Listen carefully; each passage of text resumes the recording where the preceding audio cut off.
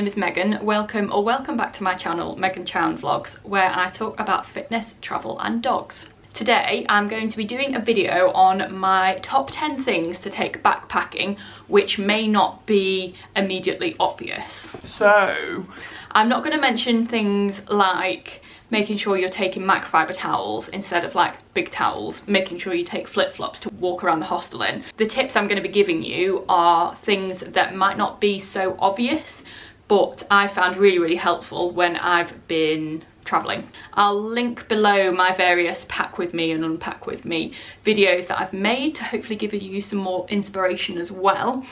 But the items in this list are things that I found helpful when staying in hostels. So I'm going to start with electronics, then go to like showering stuff, then food, and then like misc items. The first thing that I would recommend anyone taking, just in like general day-to-day life as well as when traveling, is a battery pack. So this makes sure that you can charge any of your electronics on the go. This is my old battery pack actually. I have my new one in like my everyday bag for work, but you charge it up here and it has like so many charges in, and then you can recharge your phone or your camera or anything on the go. I've got one now that has like a normal USB and also a USB-C, but it's really useful when traveling. So if you're out for the day and your phone runs out of battery and there's no sockets, or if you're nowhere near a socket in the hostel room and you've not got an extension cable. That isn't one of my things, but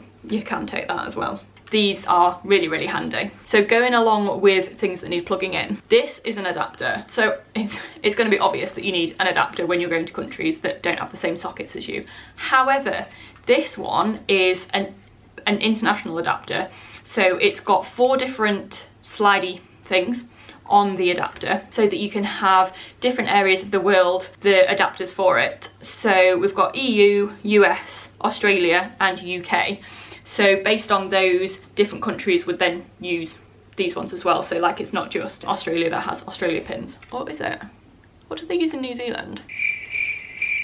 I will check that and confirm when editing. I find this really useful to take because it means if you're doing like multiple continents or just at different places, like if you're going from England to France, there's different adapters. So also on here you can plug in like normal USBs and also USB-C, which is being used for like iPad and iPhone. So I find that really useful. The next thing on my electronics section is this guy. So this is an Apple AirTag.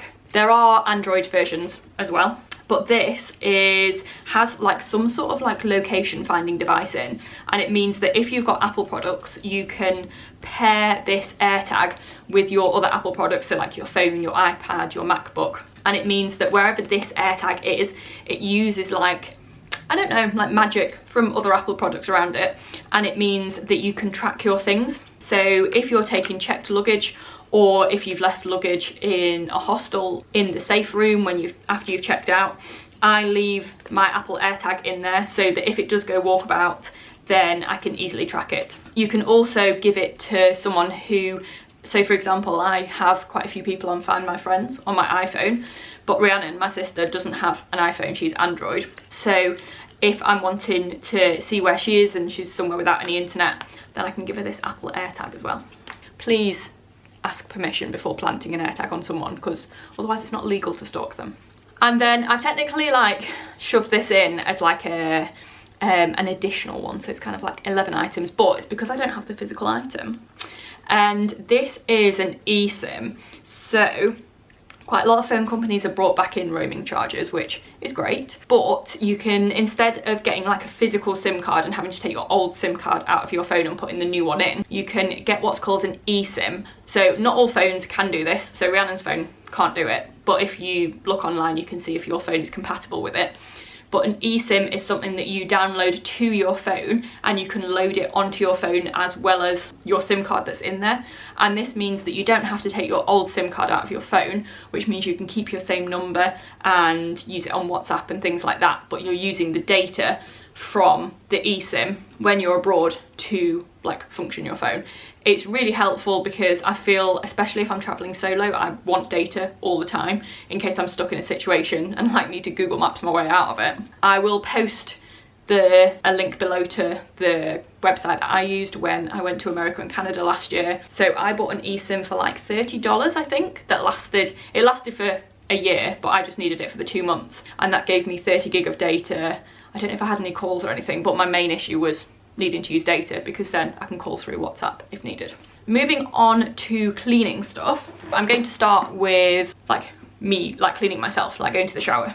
So when I travel, because I travel for like longer periods of time, I need it to be cheaper. So I stay in hostels, and if I'm solo, I'm usually in a dorm room, and usually they don't have en suites. So I wanted something to take my stuff from the dorm room to the bathroom area in the hostel, and I found this.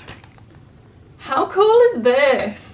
So it is a waterproof bag. I got it from an Asian shop in Vancouver. I just absolutely love it. So it folds like completely flat for storing in your bag, but it's waterproof, so you can put like clothes that you're going to wear, you can put your microfiber towel into here, and then like take it with you to the bathroom. And even if there's not any hooks that you can hook anything up on, if you put this on the floor, oh hello, if you put this on the floor, it's not going to get wet because it's completely waterproof.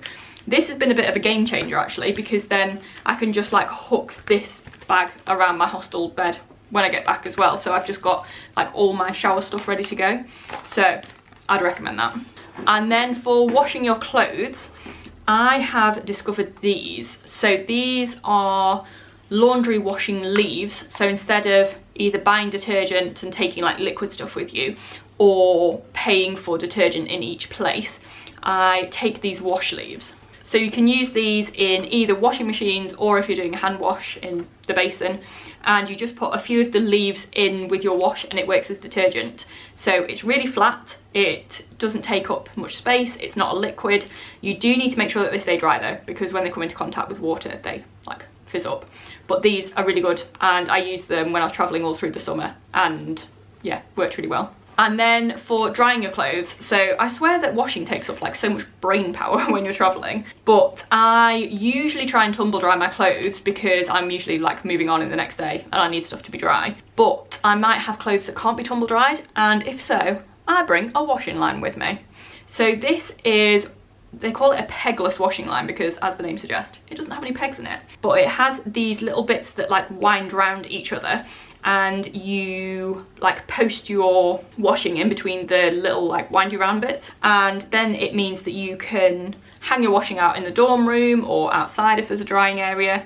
It also has like little sucker pads that you can use as well to stick to areas, but I personally just use the clippy bit and hook it onto like my bed or something like that. It's really useful if you've got the bottom bunk as well, because you can just like hang your washing like in your bunk, which is what I did do in Florence when I had an issue with drying clothes. It's a way to make friends as well. Like if other people need to dry their clothes in the dorm room and you've got a washing line, you can make friends that way. So moving on to food, I've got 2 items for this. First is a collapsible lunchbox. So I always bring with me a collapsible lunchbox because it's really useful, like if you make double the food in a hostel on a night, and then you can like keep it in the fridge, warm it up the next day, or if you're taking lunch out, you can put it inside this box. And I just find this really useful for saving money, so that you're not needing to buy as much food outside the hostel, because obviously it's going to be cheaper to eat in. And because it's collapsible, it folds down really small as well. I will warn you though, if you put tomato stuff in here, it'll stain it, but food still tastes the same. And then with the Tupperware, I also carry food bags. So I just put them in a little envelope and they fold really flat. I've got some masks in here as well, just because that's where they fit when I was last traveling. And I just find this really useful to keep in my bag. As I say, they fold flat, and if you've got like a pear, I don't know why I went straight for a pear, but if you've got a pear or something like that that you don't want to get squashed in your bag, that's really useful. Or if you've got like little portions of pasta or something like that. You can get reusable food bags as well, which are obviously better for the environment, but I just found that I couldn't keep them clean properly on the move, so I picked those up in the same Asian shop in Vancouver, and they just folded so well into that bag. And then the last thing, like little topic I have, is just like miscellaneous stuff. I didn't know where to fit it. So the first one is padlocks. So I have padlocks of varying sizes. So I've got padlocks for lockers in hostels, padlocks for my bag. I would advise getting a padlock with like a bendy thing, like a bendy loop on it as well, because sometimes hostel lockers have weird spaces for padlocks. Definitely take a spare in case you have to break into one of your padlocks because it locks itself shut. This, people, is survival of the fittest. In there we have dinner. I personally would advise getting the combination ones because then you're not at danger of losing a key. But yeah, really, really good. So to lock away your stuff in a hostel and then to like secure your bag, to like padlock the zips together. And then also along with packing cubes. Now I feel like people are like either for or against these. It's not really a sitting on the fence kind of thing. I personally absolutely love packing cubes. Rihanna never uses them. She seems to be able to pack far better than me, but anyway. So I use them, I was going to say for clothes, but I literally use them for everything. But clothes wise, I have a packing cube for bottoms, one for tops, one for underwear. And I have some new packing cubes for travelling this year, which I'm really excited about. So it's the brand Eagle Creek, because I really like this brand. And one of the problems I have is when I have dirty laundry, it takes up so much more space than if it's clean. But with these ones, so it's the packet, is it Isolate?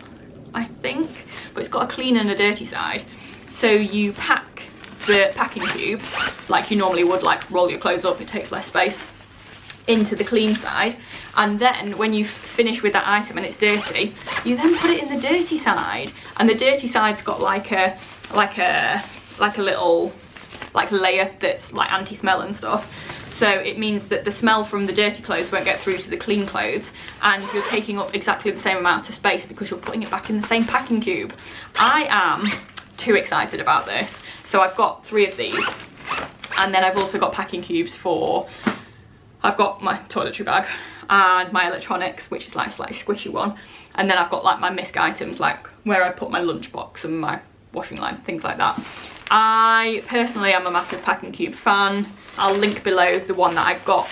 I got it off Ad Nature, the German company that I use online, but you can also get them off like Amazon and Rohan and stuff. And then the last item I have, so this is an idea I got off Unjaded Jade when she went interrailing like years ago, like before her degree.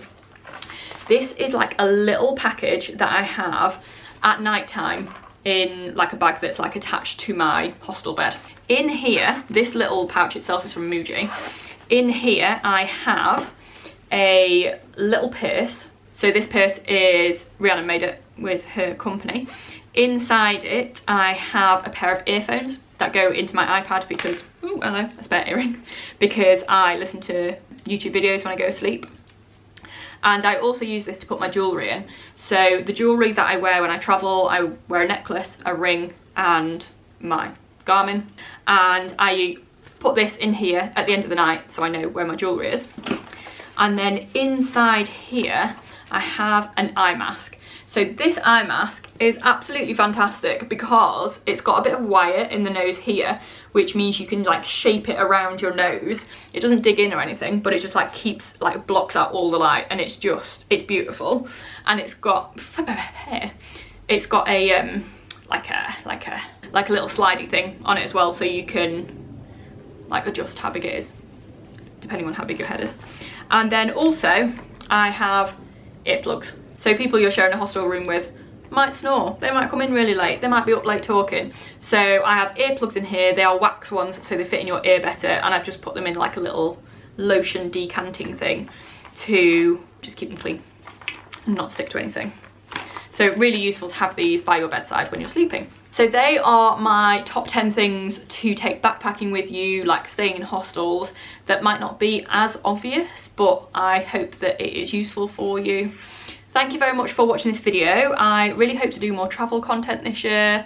I feel like because I've backpacked quite a bit, I have a lot of knowledge to pass on, but I am also keen to get knowledge like off people as well. So if there's anything major you think I've missed, please do comment below, and I will see you in the next one.